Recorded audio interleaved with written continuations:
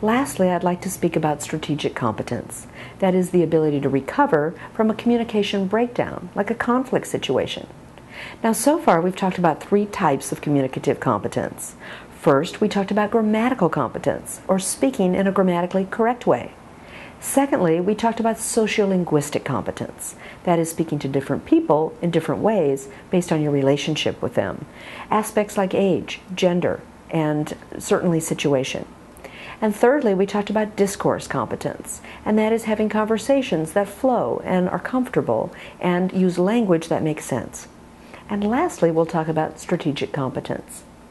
Now, this is the most challenging area because whenever emotions get involved and we have to worry about how to direct the communication strategy, in addition to worrying about our language, it's much more for us to think about.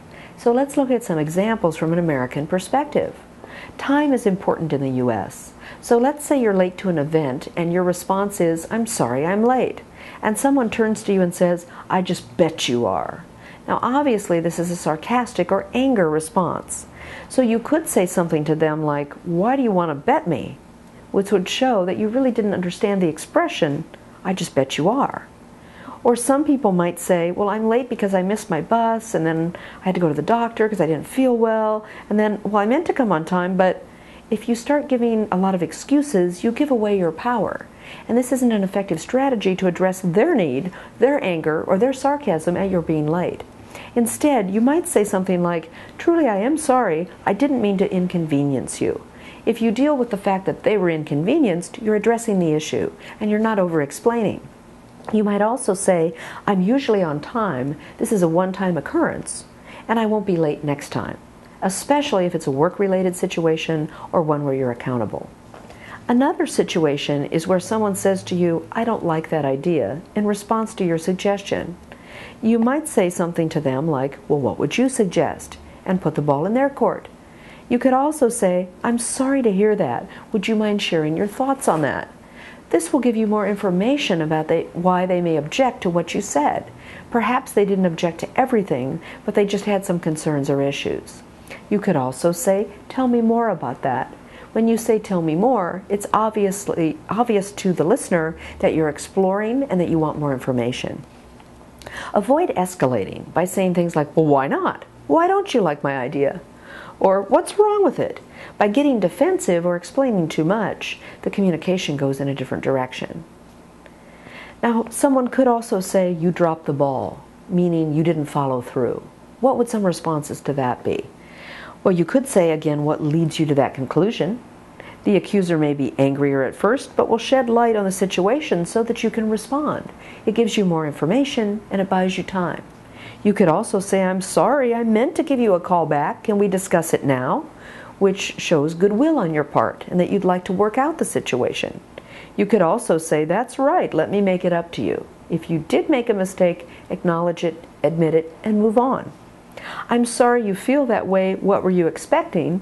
could be a good way to let the person know you didn't realize that you had dropped the ball and that you'd like to know more about their expectations and clarify them.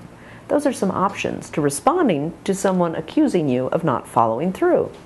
And lastly, we can't give you that salary. Now, some of you may be negotiating for jobs, and it's important to do the salary negotiation at some point.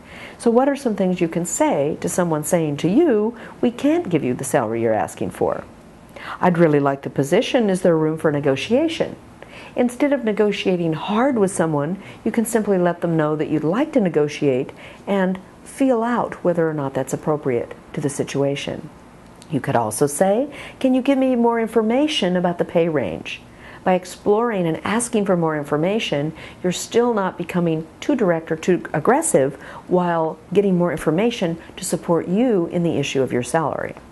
Thirdly, are there any positions or other positions available that might be a closer fit for my skills?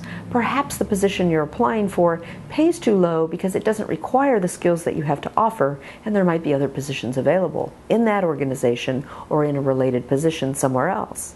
And lastly, do you feel I'm a fit for the position qualifications-wise? This forces the person to speak to your qualifications and drives the conversation away from salary, which might be an important thing for you to do. Now, these are just a few examples of strategic competence, but what's important is not to shut down, not to say nothing, or not to feel powerless and explain too much.